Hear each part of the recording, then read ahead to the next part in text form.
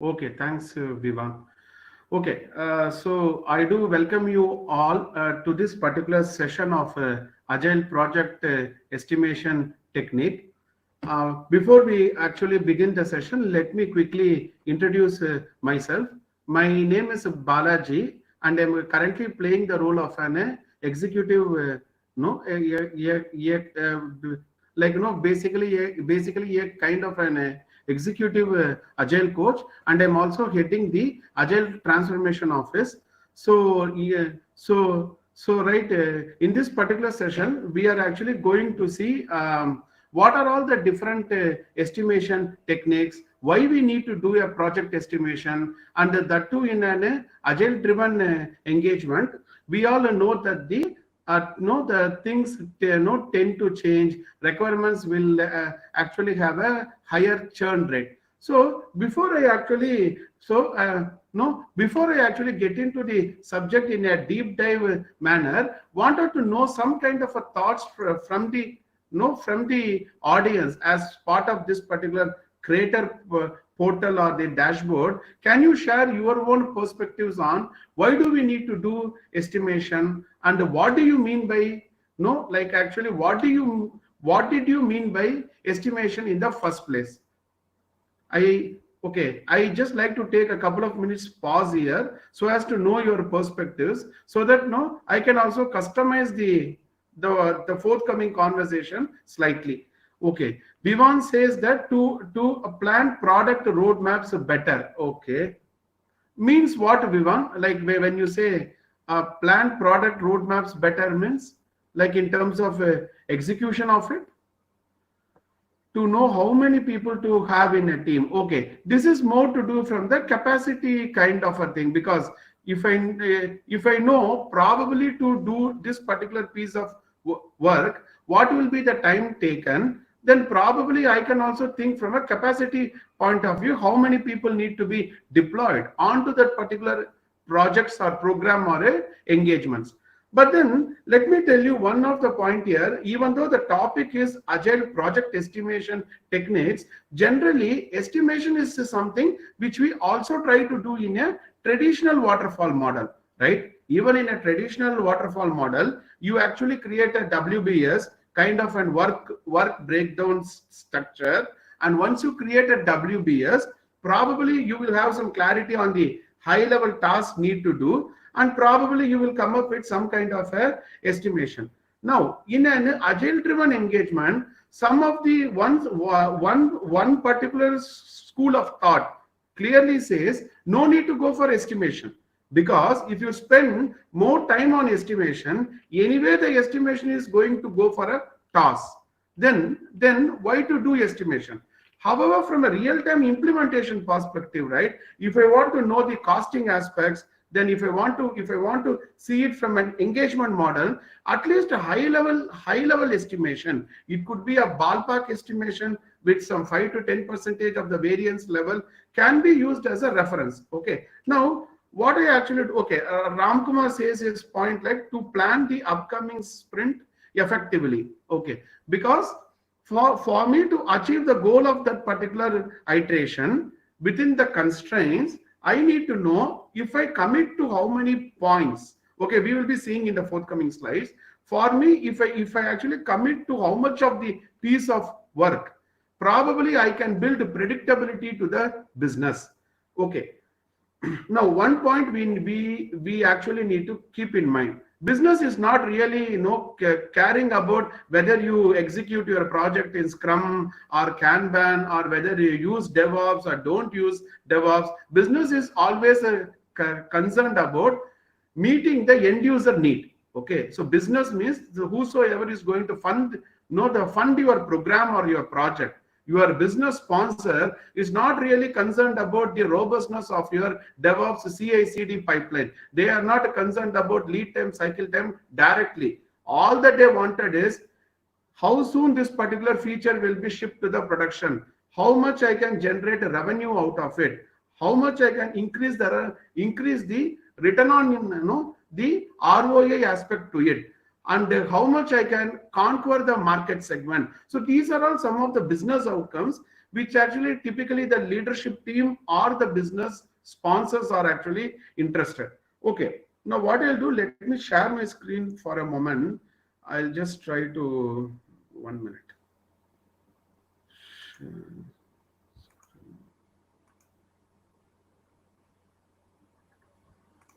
Can actually someone put it in the chat? Are they able to see this PPT in the front of you? Like, I will actually blow it up a bit later, but just wanted to know. Yes, okay, okay. Some people say yes, so it is working from my end. Okay, so let's go from here.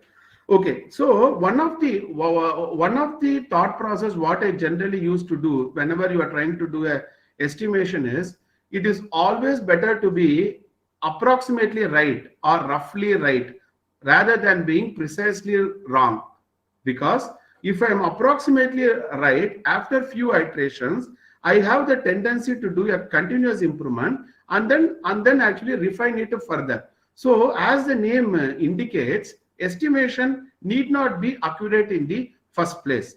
It is something like a guiding torch. Okay, now these estimations also need to be progressively refined, progressively detailed out, and progressively precise. Means what?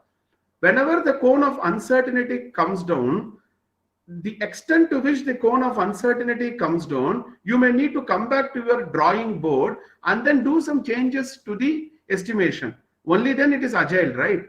Because one of the principles of agile is you continuously do inspect and adapt. So inspect and adapt does not mean only for project activities. It is also for all the process activities also. So my suggestion would be, whenever your cone of uncertainty comes down, whenever you are creating a rolling wave plan, whenever there is a progressive elaboration to the product roadmap, then you may also need to come back to your estimations and need to do some course corrections. Okay, now this actually seemed to be more of a theory. Now if I want to tell you practically, moment you meet the definition of ready at a epic level, the moment you meet the definition of ready at a feature level, you are actually having better grip on the initiatives and the features from a holistic point of view, by and large. Of course, there will be some pieces of implementation which you will come to know only when you begin the sprint, which I never deny. But at least having clarity on your enablers, at least having clarity on the totality of the business centric features, all these aspects will be progressively elaborated. So you come back to your drawing board, do some course corrections in the estimation. So let us now focus on few of the slides, and then I will come back to the chat window. Okay, this is a slide which is going to tell what are all the different ways of doing of generally doing an estimation. You have planning poker, which has been predominantly followed in by actually much of my teams too. And then you have a t-shirt sizing. You go for small, medium, large, and then you may try to define a connotation. And you have so many mix and match or permutation or combination of different estimation techniques. My say is, this particular session is not to tell the theoretical part of these techniques. Better that you can try to Google and then try to find it out. I'm just going to cover in the forthcoming slides how will you do an estimation and what are all the aspects to be taken care. Okay, so if the time permits, I will come to the second slide later and then explain you the thing. For now, we can take one of the most popular estimation technique is people generally use a planning poker method using the Fibonacci numbers, or you can also go for a modified Fibonacci series. Okay, now let us actually talk about an important topic called what do you mean by relative sizing, because in the agile driven engagements, the term called a relative sizing is profoundly used. So one of the simple example which comes to my mind is, if someone comes to you and then asks you what is the height of your room, means the particular room where you are seated in, right from the ground to the ceiling. If someone asks you what is the height of your room, probably you may not have a accurate answer. You may have some vague answer. However, if you know the height of your table from the ground, right, then probably you can tell probably 2.5 times the height of the table will be the will be the height of the ceiling, because if I put one more table on the top of it, then if I put one more table, then it is probably going to hit the ceiling. So approximately I can tell 2.5 times or 3 times, depending upon depending upon the height of the ceiling and the height of your own table. So are we not doing something called a relative sizing here? A same thing we are trying to apply in our projects with the teams. Okay, so this is a simple example, which is a real-time example to just understand and conceptualize what do we mean by relative sizing. So whenever you are going for a gym, we see multiple dumbbells, right, of different kilograms, and just by seeing I can tell, hey, this particular 15-kilogram dumbbell is probably 3 times as weight as the 5 kilogram. Then probably, even if I know the cost price of a 5 kilogram, can I tell it will be approximately thrice or 4 times?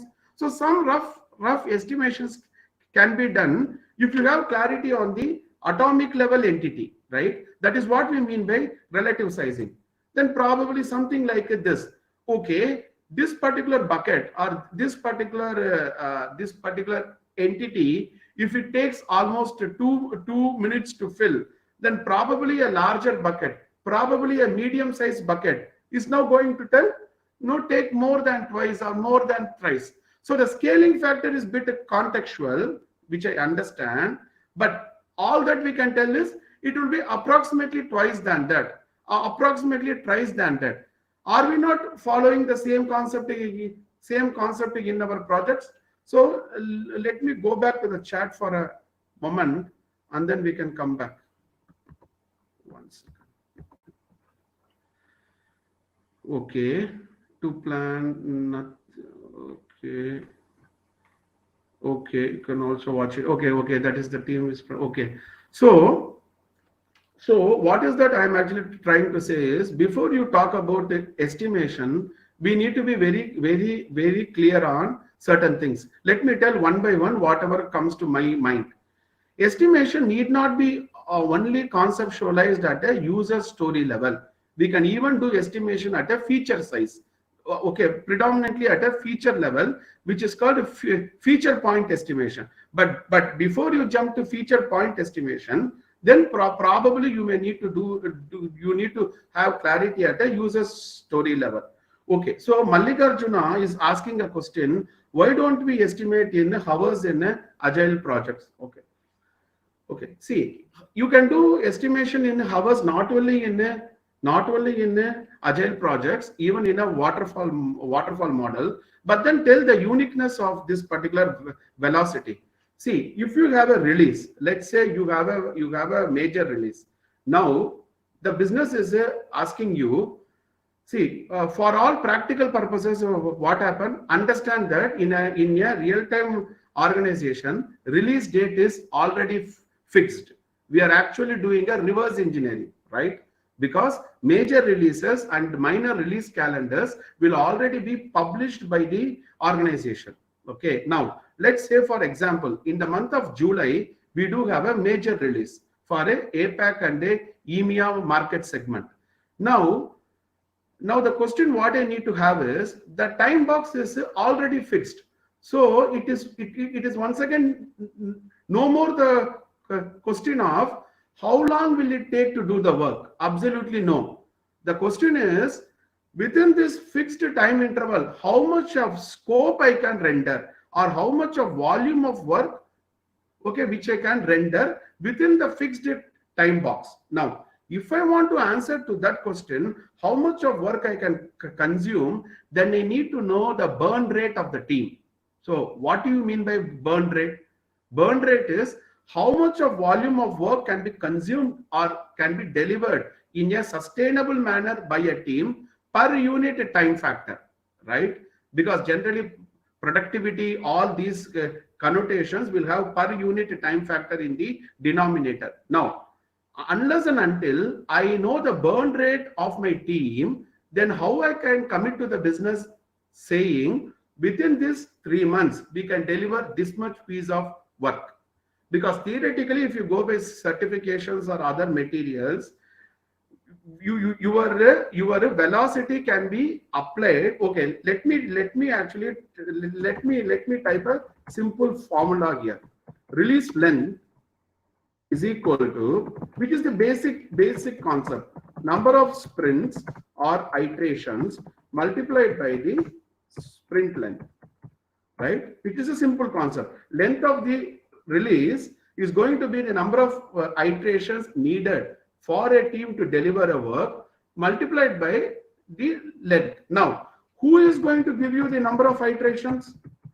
Unless and until you know the release backlog size, right? You need to know the release backlog size approximately in an entity called as story points and divide it by the average velocity of the team.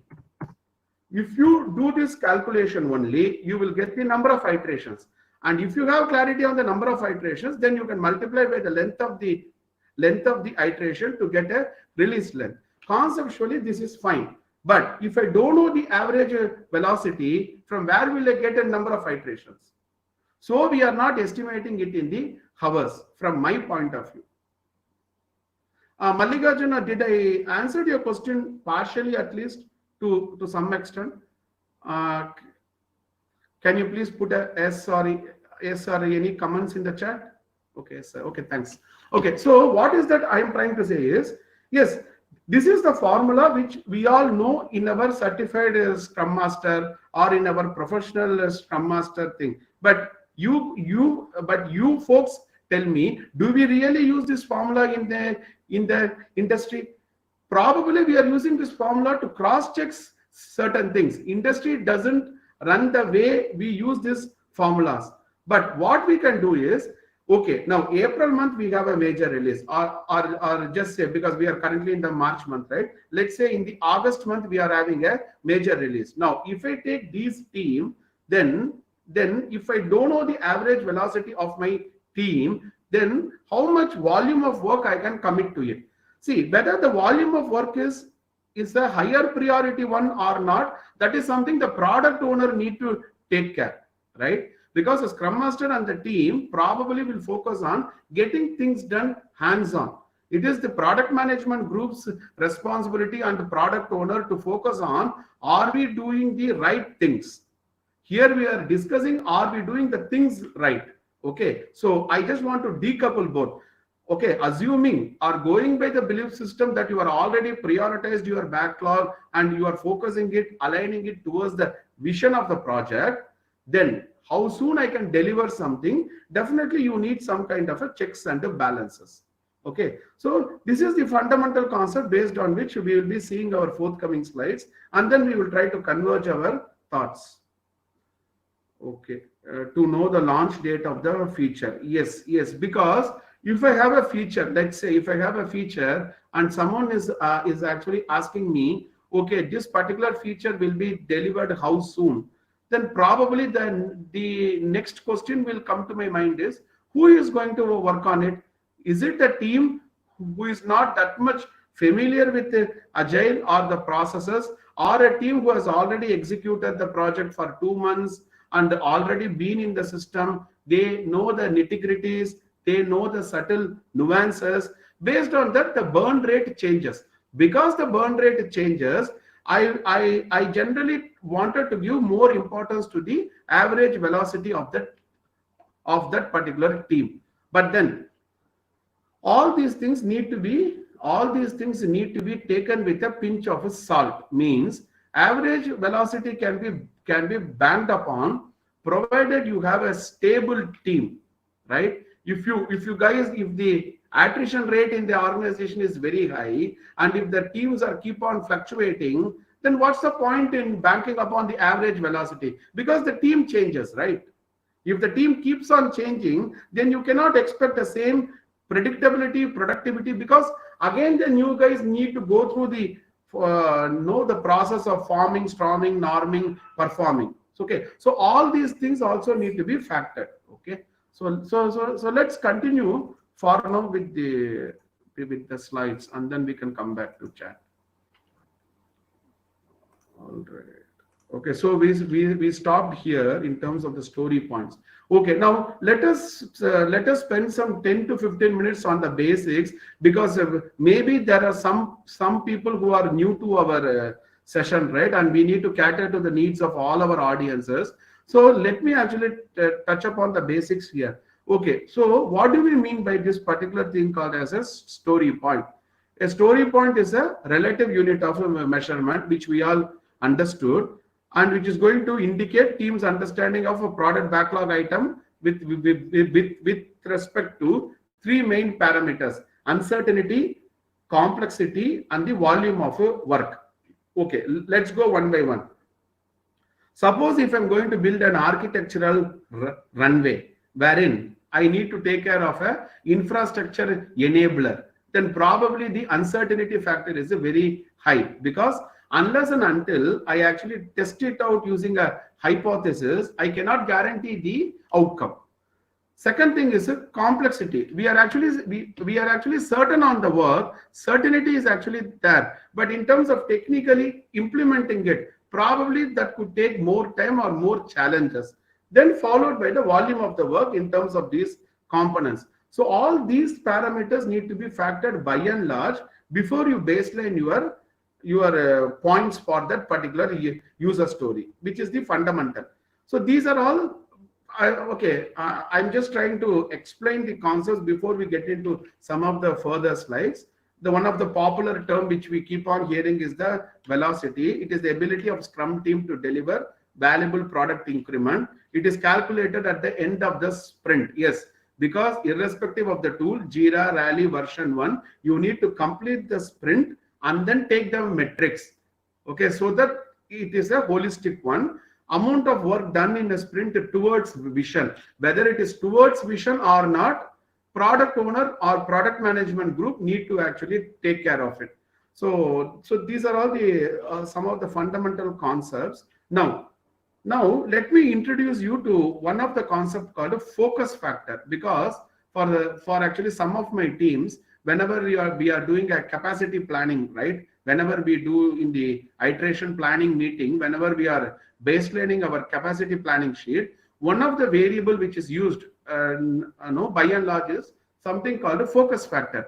Focus factor, as the name indicates, how focused the teams is, because teams are only similar, teams are not same. So we cannot expect the same amount of focus from all the teams. So to factor that kind of subjectivity and other fluctuations, there is one concept called a focus factor. Now let us try to understand it, and then we will go to the next slide. This focus factor is actually something which is based on yesterday's weather technique. Means what?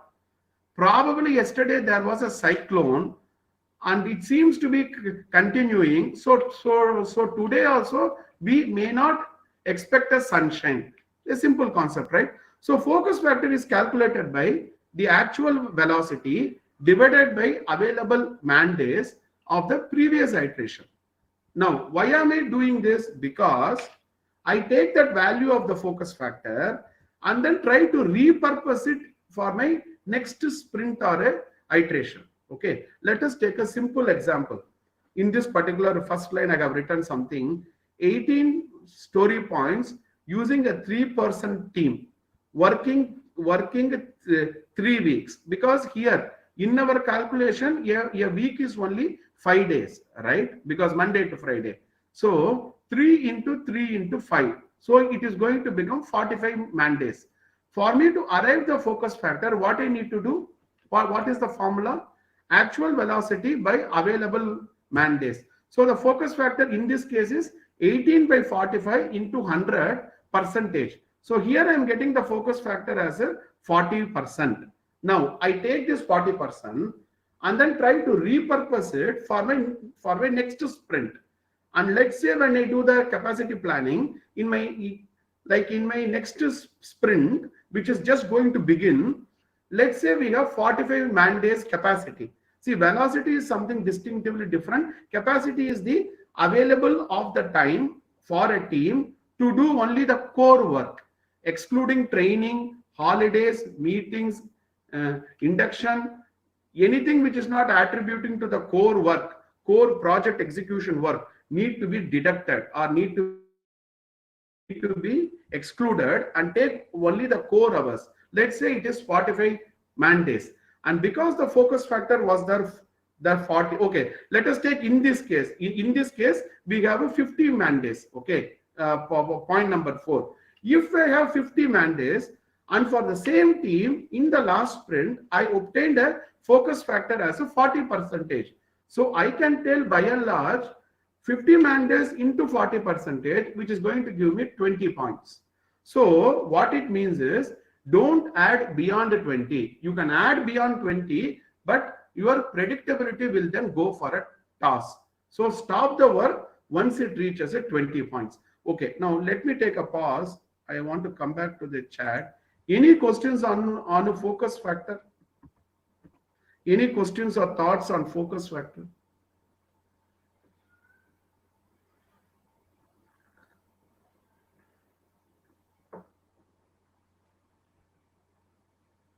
No, Kaushik, I don't think product backlog refinement cannot be considered as a core work, because product backlog refinement will actually come under a section once again in meetings, right? Because when you're talking about meetings, you are anyway factoring all the cadences or the ceremonies. Meetings are not core work.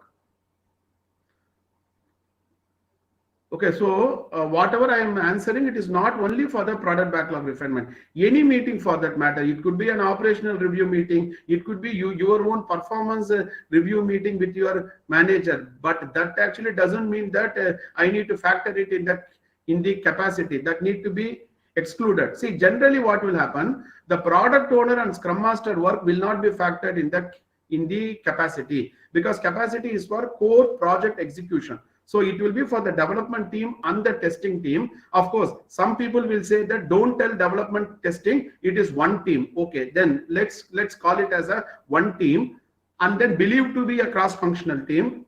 Okay, aspiring to become a self-organized team, aspiring to become a cross-functional team. Within the team, whatever we are doing is the core work need to be taken. Okay, see now. Generally what I used to do now for some of the teams, consistently based on the data, I have seen 70% could be the focus factor. See, now I'm just saying some of the glimpses of doing an estimation. Exactly how you need to do an estimation, there is nothing like we have something like you need to do the estimation only in this manner. Whatever makes utmost relevance to your team within the available means, within the constraints, you can try to document it in a team charter working agreement, and then you can start with the estimation. Estimations will get refined only when we start doing it. If someone is expecting I will become perfect and then I will do an estimation, it is not going to work out, because for you to become perfection, you need to do progression first. So you need to execute some 2 or 3 sprint and then see where does your predictability go for tasks, and only then you can do better estimations, right? So probably somewhere go ahead and then begin the journey and then continuously try to refine it along the way. Okay, so what we'll do, we'll just toggle back 1 minute. Let us try to complete the slides a bit, and then we will come back. So here, okay, just to paraphrase the understanding, a low focus factor means that the team might have a lot of disturbances. That is where the role of a scrum master comes in place, so that these scrum master protect the team from external disturbances, so that the team can focus on the core work. Okay. So this is the formula for a focus factor: actual velocity delivered, actual story points delivered in the previous iteration, divided by available, divided by the man days available. So it is going to give you some number, and for percentage sake, I call it as, once I multiply by 100, I call it as a 40%. Now for my next sprint, I'm now going to see, okay, now we have this much piece of work. What was the focus factor of the earlier iteration? It is 40%. What is the available man days in this iteration? In this example, it is a 50 man days. So somewhere close to 20 story points, because 40 percentage of a 50. But my suggestion is, probably you can work out for 3 to 4 iterations, and then you need not take focus factor every time also, because once you completed 3 or 4 iterations, probably you will come to know, basically the team will come to know the rhythm. Then you can directly try to average it. My only cause for concern is, are you picking up the right candidates to do an average? Because average is something, if I have 3 sprint, x plus y plus z by 3, but are those candidates are potentially right candidates?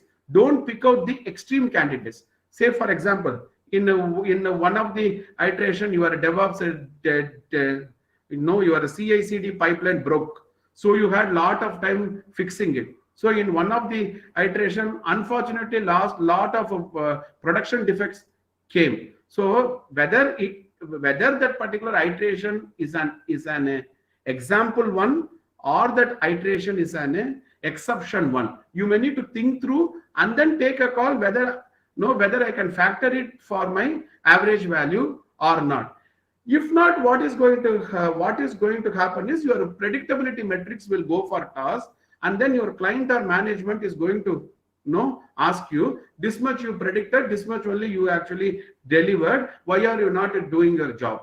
Okay, something like that. So these are all some of the glimpses. Okay, so this particular technique is called yesterday's weather technique. Of course, it is a handy technique, but we need to take it with a dose of a common sense. Okay. So the default focus factor, what I have seen is, for new teams is somewhere close to 70%.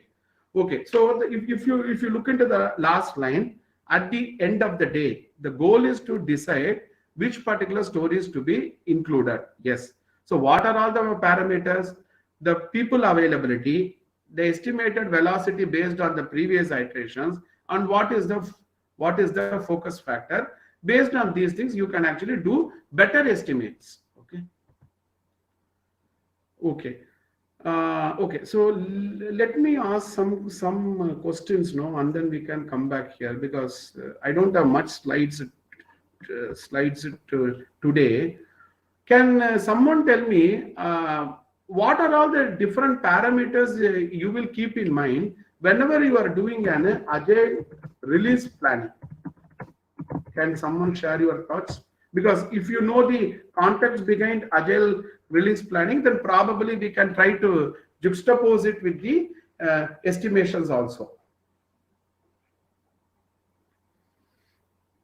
Or rather, what kind of challenges you faced when you plan to do your agile release planning, or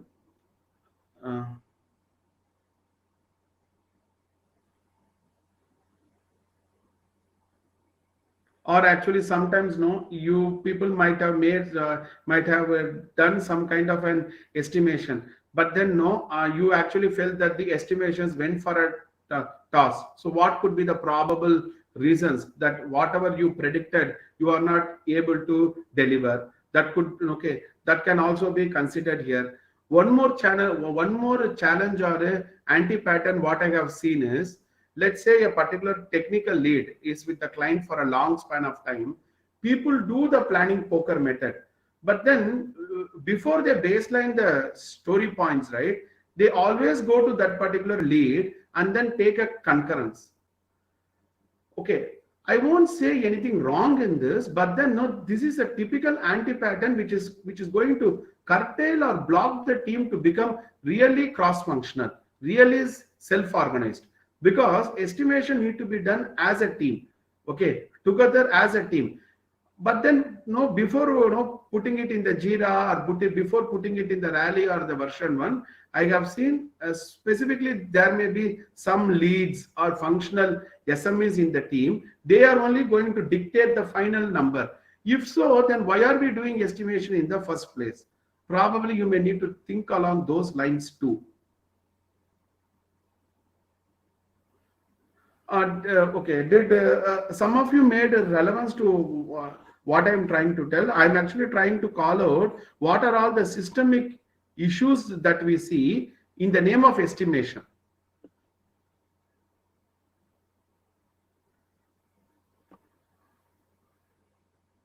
Okay, 1 second. Let me just try to do something. Okay. Okay, I don't have much slides today. I just want to make it more interactive. Probably you can start putting your questions, or probably you can start putting your challenges in the chat. I will just try to pick it up, one by one, and then I will try to give my own insights or perspectives. Okay, so Muthukumaran says burn down defect resolution time. Okay, so may I request the participants to type it in a sentence, because if you put some words, no, I cannot get what did you meant by that question.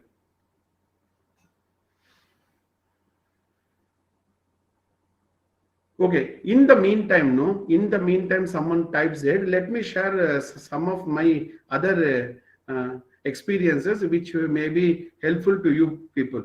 See, whenever an agile RFP comes to me, or whenever an agile contracting model comes to me, sometimes what happens is that client will ask some kind of a high level estimation.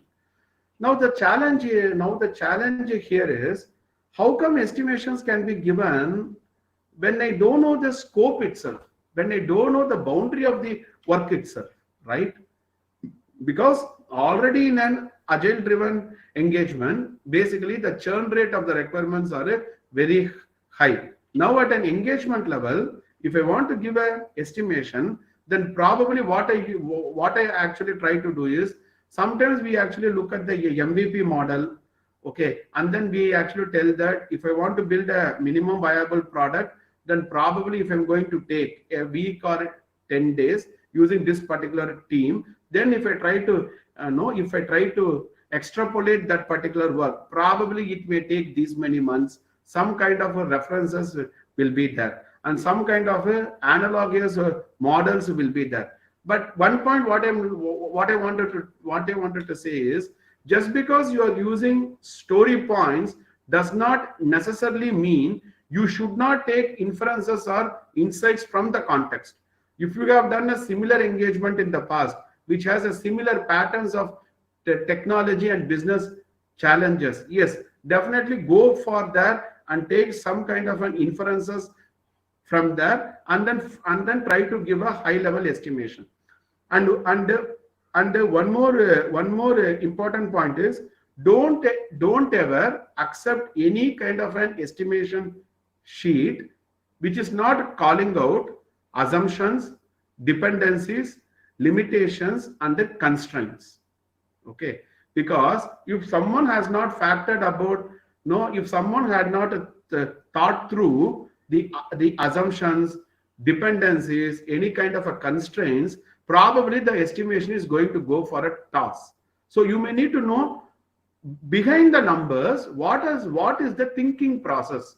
If you know the thinking process, then numbers make relevance. If not, numbers are just mere numbers. Okay. See, burn down is just a pictorial representation of the burn rate. Okay, and of course, depending upon the burn down chart, depending upon the pattern of the burn down chart, or depending upon the pattern of the cumulative flow diagram, yes, we can tell possibly where is the trend moving, and possibly what could be the bottlenecks. But burn down as such, it is not a direct inference for estimation. Probably you can use it as a metrics and a reporting and a dashboard point of view. Defect resolution time, yes, we are anyway capturing it in the aging of the defects. So the aging of the defects is going to capture the defect resolution time. Okay. See, now the problem comes like this. In a real-time situation, why estimations go for a toss? Okay, multiple reasons. Let me tell one by one. First thing is, when we have done an estimation, probably you might have a no. Okay, let me actually type it here. Probably you might have a overcommitted also, right? Because you actually doesn't know the details or the intricate aspects of that particular user story. So you have baselined it as a baselined it as a 3-point user story. But then when you start implementing it, you came to know you may need to do a REST API call, or you may need to do something else which is going to create a dependency. So what you perceived as a 3 points is not indeed a 3 point for the team. It could be a 5 point user story. So basically that could be one of the reason why typically estimation go for a task. The second thing is there could be a lot of production defects. There could be a lot of ad hoc requests, and there could be a lot of some other things which is coming in the middle of the sprint and then trying to disrupt the flow. So how are you going to factor all these things? So whenever you are doing the next capacity planning, have a clear-cut understanding on the different work item types in your iteration backlog, create placeholders for all those things, and then deduce the number. That actually may not give a perfection, but definitely, definitely it is going to give a refinement. Okay.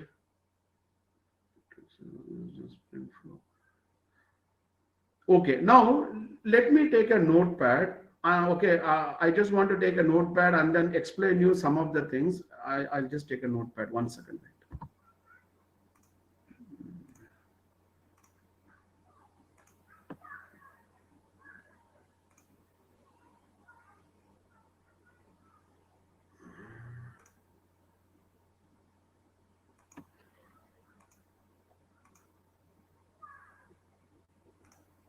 Okay, I have just taken this particular notepad. So what I'm trying to do is, first thing, before you jump onto the estimation, create a wall of reference, right? Create a wall of reference for that team. Can someone tell me what is this? Can someone tell me what do you mean by wall of reference? Something called wall of reference.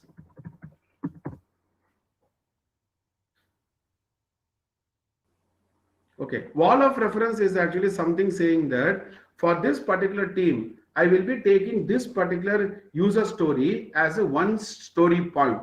That is called wall of reference. Means if this piece of user story is been connotated as one story point, then probably this particular user story could be 2. This particular user story could be 3. If you are not comparing it, no, you are not doing relative sizing. If someone opens a story, reads it and then puts a point, no, they are not actually doing a relative estimation. They are only doing a estimation. I'm not sure how it is called a relative estimation. In a relative estimation, you need to have clarity on the boundaries. Okay, now my team probably like to do this particular 10 stories. In this 10 stories, which is the story which will take minimum time, which is the story which is the least complexity, and which has utmost clarity, that story should be connotated as a as a 1 point. Now if this story is one story point with respect to this, then the next story is what, 2 or 3 or 5 or 8. You do a planning poker method, then you slowly move from a diverging space to converging point. One guy will be saying that it is a 3 points, and one guy will be saying it is a 8 points. So the moment the people try to disagree, it is actually good, in fact, because that particular conversations are going to unearth the particular dependencies. So what is more important is not putting a number 2, 3 or 5 or the 8. Does those conversations happen behind the numbers? Because we have a concept of card conversation confirmation, right? 3C. Unless and until those conversations happen, as a team, it will be very difficult to think through on the dependencies. Okay. So let me complete that particular notepad, and then I will come to Rajeshwari's question. Okay, create a wall of reference for the team. Let's say, so say for an example, simple example, I'm saying one story point could be creating a web page with user ID and password.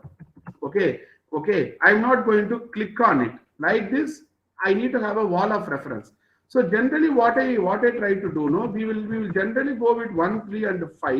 In extreme cases, we will have we will also have a 8 points, but this particular 8 also need to be removed, okay, and then converted into 3 and 5 in the long run. Okay, now if this story is a 1 point, then probably we need to discuss as a team, both from the volume of a work point of view, both from the uncertainty aspect point of view, and also from a technical implementation point of view, depending on the definition of done. Because we need to have clarity which particular definition of done I am going to talk. Am I talking about a sprint level DOD, or a release level DOD, or a program increment level DOD?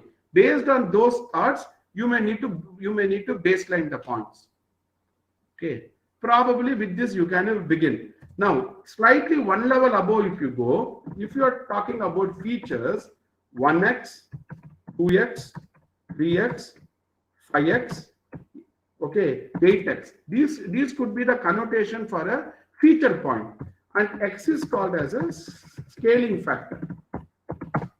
A similar concept, whatever I'm trying to do at a user story level, I'm just trying to elevate it to the next level, so that at a program increment level planning also, I may need to have a clarity how many feature points are committed, how many feature points are delivered. Some companies have the practice of feature point as summation of all the story points in it. Okay, that is also fine. Whatever makes utmost relevance, summation of all user story points within the feature. All that we are trying to do is, once again we are dissecting it, and once again we are grouping it and then summing it up, right, by and large. So what is there inside a feature? User story. So definitely feature point should have some relevance or a touch point on the user stories within the feature. So if I have clarity on the user story points for all the user stories, probably I can group it at a feature level. Okay, that is something also you can actually think through. Okay, so let us go to the chat now. 1 minute. Okay, Rajeshwari has some question. If the team is completely new to sprint, what factors can be taken as a reference? Okay, see, my answer to that question is, if the team is completely new to the sprint, any factor if you are going to take also, it is not going to make any relevance, because for me to do an empirical approach, I need to allow the team to do empirical approach. So don't expect perfection in the first sprint or the second, the second iteration. Okay, however, I will answer your question. Now, if they are planning for the first iteration, you are not having any kind of a baseline or any kind of a reference value to do. You just need to go and do. And one more thing, while you are trying to average for your forthcoming iterations, don't take the first two, because first two is anyway going to have some kind of a glitches, some kind of a setbacks. So we generally, what we used to do is, we used to do something called as sprint zero, right? Which we call as a, what are all the precursor activities for me, and before I need to do a first iteration. Probably when I'm doing the zero sprint, there I will try to address all the prerequisites. Okay, so let's see whether this particular sprint zero, it is there in the Scrum guide or not. Okay, that is not my relevance. If my client is willing to pay me for the sprint zero, and if the team makes some if the team has a valid reason saying that we cannot directly jump onto the first iteration, we need to execute the sprint zero, my suggestion is to go for it, because we cannot open the Scrum guide, keep it by the side, and then check each and every line, and then no one can execute a real-time project. Basically, a Scrum guide is actually a guide. That doesn't mean that we need to go by the verbatim of those lines. So probably whatever makes utmost relevance you can take. And one more thing is, even in the Agile RFP contracting model, we will be writing separate clauses for this particular sprint zero. And I see some companies now started doing even program increment zero for a large scale Agile transformation. If I'm going to do a large scale Agile transformation, I cannot directly jump onto the transformation, because it is team of teams, right? So Who is going to take care of the program increment 0 in terms of the precursor activities? So in my agile RFP or a SOW or the contracting clauses, we will put a separate clause for this. Okay. Now, what I in the interest of time, what I request is, can some of you participants try to answer Rajeshwari's question here, because I just wanted to know your thoughts. If the team is completely new to the iteration or the sprint, what factors can be taken as a reference? I just wanted to know what thoughts come to your mind. Capacity, okay. Arjun, that's a good point to start. Yes, because capacity is of paramount importance. During the Diwali time, it is very well understood that people will not be there to work. And generally I am saying, okay, I'm not trying to generalize the things, but in general, whenever there's a lesser capacity, you cannot obtain a higher velocity, because velocity will come only when the user story is claimed, right? And someone need to work on it, right? So if people are not there, any methodology work is not going to get completed.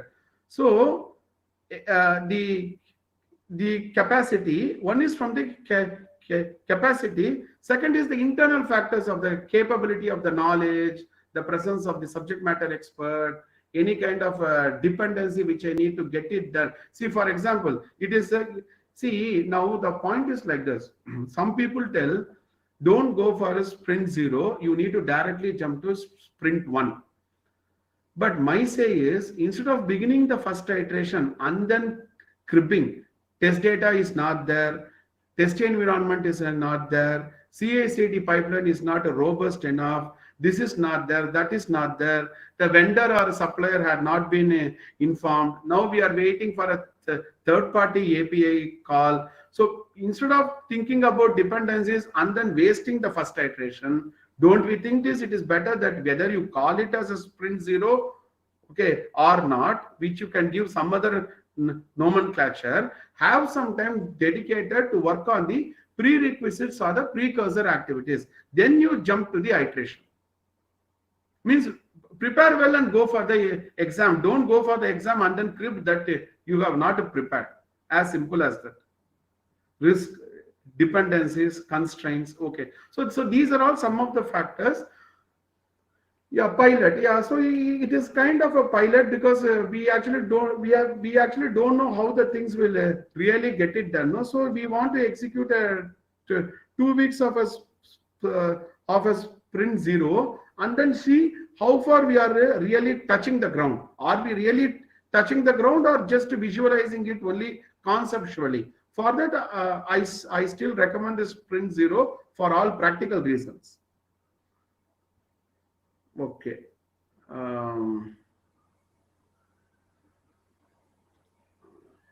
Okay. Okay. Any other estimation challenges that you want to call? See, by and large, the other estimation techniques like these t-shirt sizing and all those things, you can just try to take a look. But because practically, even in the t-shirt sizing, again the problem will come. How do I quantify it in terms of the numbers? Okay, so I generally prefer to go by a Fibonacci series or a modified Fibonacci series, and we will create a wall of reference, and we will keep it very simple. Now, one simple thing is that if someone says one story point is equal to 3 hours, okay, is this line is correct or wrong? Can someone tell me in the chat? Because in some of the companies, we still keep hearing this particular thing. No, okay. Why it is wrong generally? Yeah, okay, it is wrong. Generally, why it is wrong? Okay, let me first answer this, and then I will pick up Arjun's question. See, now the point is, if someone says one story point for a team XYZ, okay, let's say some team XYZ may take may take may take somewhere between somewhere between 1 to 2.5 hours, then this line makes more relevance. I am perfectly okay to give a connotation saying that for this particular team, generally when they say one story point, it may take somewhere between one hours to 2.5 hours. This meaning is something different when I put a sign equal to. When I put a sign equal to, what it means is I am replacing story point with a hours. Then why do we need to do estimation in the points in the first place? You can might as well do it in the hours itself. No. So that itself means story point is something, of course, it is factoring the time element of it, but not just the time element. It has some aspects or dimensions more than that. Maybe that is my perspective or my way of looking at the things. Okay, if team is not willing to do story point estimation, then we need to understand first, why are they not willing to do? Because without understanding why the team is not willing to do anything for that matter, not even this, even okay, even if the question is, if the team is not willing to do retrospective, then we as a coaches, we should not push the team, but then we need to understand, right, why those guys resist doing a retrospective. Maybe maybe they have done some retrospectives in the past, but it is not getting converted it into any benefits. Okay, they want to do it in a, they want to do it in hours. So okay, so coming back to this question, no, what I answered for a what I answered for a Mallikarjuna, if they do it in the, if they do it in the hours, the only problem is then how much volume of the work they can commit to a release. Okay, I see that as one of the area, because how much quantum of the work for the upcoming release I can commit to the business, because see, if they want to do it in a hours, the answer will be in a hours. I'm not interested to know that, right? Because from a reverse engineering thinking process, the timeline is already fixed. Now, what's the point now to talk about hours? We need to think about how much of value derivation can be given within the fixed time box. See, one way to convince the team is probably you may need to allow the team to do it in hours for 1 or 2 sprints. Let them boil the finger, and then we all together will do a retrospective, and then we can try to see what makes utmost relevance to them. Okay, so I'm not suggesting this as the only way to approach a problem, but sometimes even if you do coaching, even if the sometimes there will be a resistance. So you may need to allow certain things for now at least, and then bring up those things in the retrospective. Then probably people will know the pain of it. That may be one way to deal the situation.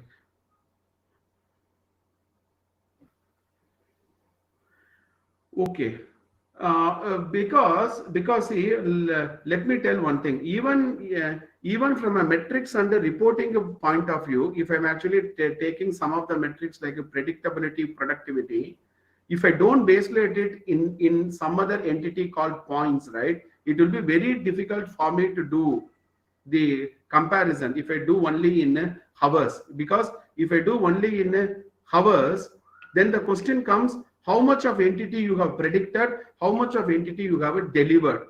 It is not just the user story count, because if you are taking user story count, it is going to come under productivity. Remember that. Whereas in the case of predictability, it actually should be points.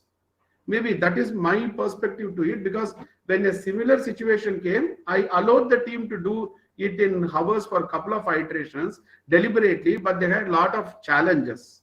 They have a lot of challenges, and we are not able to forecast it for a release level planning. So then now that the only thing is, if you take, you can actually fix some numbers. Okay, I'm not saying that you may need to always go only by the Fibonacci numbers. Okay, Fibonacci numbers makes more relevance, because as the number increases, the distance between the number keeps on increasing, right? 1 2 3 5 8 13, more number increases, the distance between the numbers keeps on increasing. So unnecessary discussions will not happen, whether it is 2 or 3 or 5. Look, 2, 3, 5, 8. So the converging could be at a easier rate. So probably that could be one of the reason. But in some companies I have seen, we have also used some kind of a modified Fibonacci series. What is more important is the connotation behind the numbers, and creating an initial wall of reference. If you're having clarity on your wall of reference, then you can compare it and then try to contextualize it in a better manner.